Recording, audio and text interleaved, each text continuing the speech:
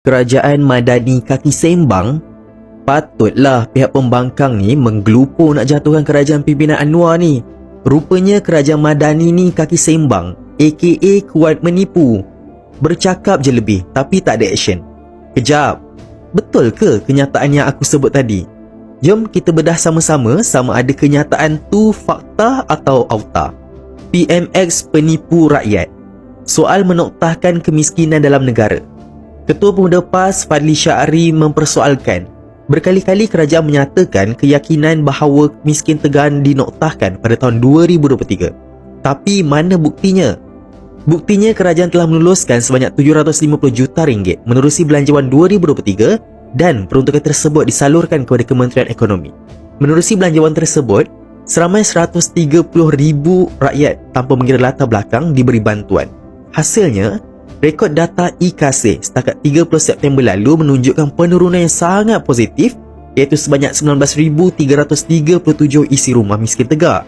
Hasil perbezaan pada Februari sebanyak 130,000, manakala pada September 110,663.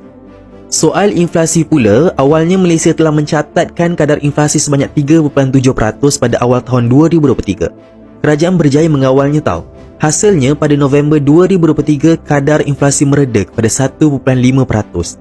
Untuk pengetahuan korang, inflasi Malaysia ni antara yang terendah dalam Asia, iaitu Filipina 4.1%, Vietnam 3.5%, Korea Selatan 3.3% dan Indonesia 2.9%.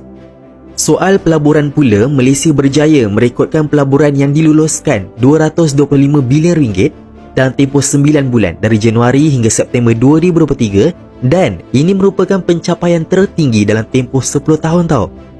Rafizi Menteri Formula. Beliau ini terkenal dengan gelaran Menteri Formula. Semua perkara akan dikaitkan dengan formula. Persoalannya, ada ke formula yang menjadi? Salah satu isu gaji rendah yang sering menjadi perbualan masyarakat, kerajaan telah merancang pelaksanaan dasar gaji progresif di bawah Kementerian Ekonomi sejak tahun lepas, dan pelaksanaan akan dilaksanakan pada tahun ini. Dasar ini akan bermula dengan projek rintis pada bulan Jun, membabitkan 1,000 syarikat yang memenuhi syarat kelayakan dengan pekerja bergaji antara RM1,500 dan RM4,999. Selepas itu, pada bulan September, penilaian akan dibuat bagi memastikan ketersediaan dasar sebelum dasar gaji progresif secara menyeluruh dilaksanakan pada semua majikan. Mekanisme dasar gaji progresif ini meliputi 3 kriteria utama, iaitu syarat penyertaan, cadangan kenaikan gaji tahunan dan insentif mengikut kadar dan kumpulan pekerja. Soal bantuan dan pelaksanaan subsidi bersasar, semalam 2 Januari kerajaan telah pun melancarkan sistem pangkalan data utama PADU. PADU ini merupakan satu pangkalan data sosioekonomi negara yang bersepadu dengan menggabungkan semua data dari jabatan dan agensi kerajaan. Jadinya selepas ini, kerajaan dapat kenal pasti kumpulan sasaran yang perlu diberi bantuan dengan lebih tepat dan berkesan secara menyeluruh. Anthony Loke, Menteri Spot Check. Sejak jadi Menteri Pengangkutan ni, beliau tak reti duduk diam, jalan-jalan je kerjanya macam orang awam. Tapi bukan untuk tujuan suka-suka. Tapi beliau turun padang untuk buat spot check bagi mendengar sendiri hasil keluhan pengguna pengangkutan awam. Hasilnya, beliau segera menyelesaikan isu lift, eskalator seperti Lembah Kelang yang lebih 10 tahun tidak dibaiki kembali beroperasi semula setelah tindakan diambil. Kalau bercakap soal Pulau Pinang, benda pertama akan terlintas dalam fikiran iaitu soal jam. Jadi selepas ini, isu ini dapat dikurangkan dengan pembinaan LRT Pulau Pinang. Seperti mana yang telah dijanjikan sewaktu pelancaran jentera pilihan raya PHBN Pulau Pinang, akhirnya menjadi kenyataan. Kerja pembinaan ini akan dimulakan pada tahun ini. Projek Transi Aliran Ringan LRT ini akan menghubungkan Pulau Pinang dengan tanah besar di seberang perai. Soal pendigitalan berkaitan lesen dan road tax. Inisiatif Kementerian Pengangkutan terhadap pendigitalan ini sangat baik kerana kementerian boleh berjimat hampir 96 juta ringgit setahun.